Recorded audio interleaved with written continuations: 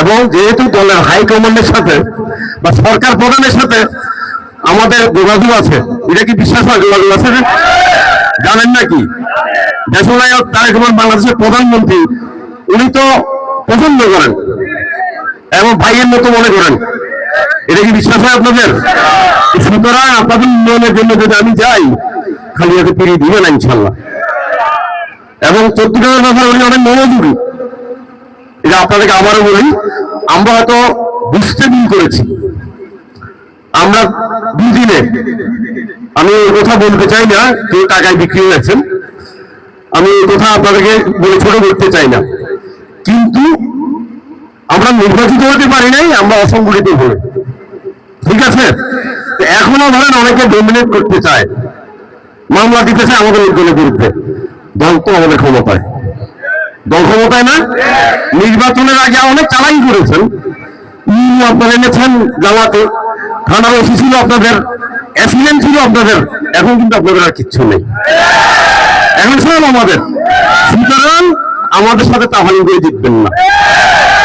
এবং যদি মনে করেন হুমকি ধমকি দিয়ে কামরুল্লাহ ভয় পাবে, কামরুল্লাহ কিন্তু ভয় পায় না, কারণ দল একসময় হয়তো দুর্বল ছিল, আজকে দল অনেক বড়, অনেক বড়, কিন্তু আমরা সংগঠিত না। সমর্থক আমাদের অনেক আছে, আমরা সংগঠিত না, কারণ আমরা এক ভাইয়ের বিপদে আরেক ভাই দৌড়ে যাই না, ঠিক আছে? আমি সবাইকে আহ্বান করবো আগামী নির্বাচনে নির্বাচিত হওয়ার জন্য আপনাদের ইউনিটিটা বাড়ান। আপনারা যখন একজনের বিপদে যখন 10 জন দৌড়ে যাবেন, আপনারা নির্বাচিত হতে পারবেন এইভাবে। আর আপনারা যদি মনে করেন যে আমরা নির্বাচিত হবো না, আমার কোনো ভাইকে নির্বাচিত করার দরকার নাই, তাহলে এটাও আমাকে জানাই দিবেন, এটাও মানে জানাই দিবেন। জামাত দিয়ে নির্বাচিত করে আপনি এলাকার উন্নয়ন চাবেন, এটা কি সম্ভব? সম্ভব? তো জামাত ইসলাম তো ধরেন, আমি আগেও নির্বাচন আগেও বলেছি, এখনো বলি, এরা সকলের দল না, এটা সর্বস্বীকৃত দল না। কারণ এদেশের 50% মহিলা তো ভোটার, 50% মহিলা না, এদের দলে কি আপনারা দেখেছেন কোনো মহিলাকে দায়িত্ব দিতে? যদি মনে করেন যে শিবপুর ইউনিয়নের বিএনপি যদি মনে করে কোনো মহিলাকে সভানেত্রী বানানো সম্ভব, এটা গণতন্ত্র এলাও করে, কিন্তু জামাত ইসলাম যদি চায় কোনো মহিলাকে ওরা সভানেত্রী বানাইতে পারবে, সেক্রেটারি বানাইতে পারবে, আমি বানাইতে পারবে? পারবে না। তো সুতরাং এইগুলো যদি হিসাব করতে হয়, লম্বা বক্তব্য লম্বা হবে, এরা সকলের দল না। সুতরাং এরা আপনাদের দায়িত্ব নিবে না, আপনাদের উন্নয়নের দায়িত্ব এরা নিবে না।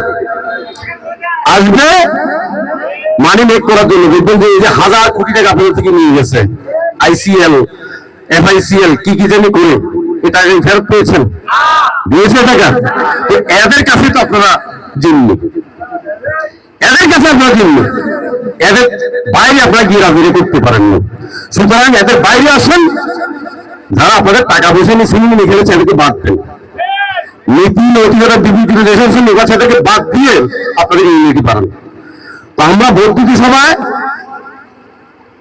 আজকে সকালের বক্তব্য শোনার হতে সুযোগ হয় নাই, কিন্তু মেসেজ যেটা, সেটা হচ্ছে আজকের প্রধানমন্ত্রী তারেক রহমান যেভাবে দেশকে নেতৃত্ব দিচ্ছেন, ইনশাল্লাহ ইনশাল্লাহ এই দেশ এক সময় উন্নয়নের চরম শিখরে পৌঁছাবে, আমি বিশ্বাস করি।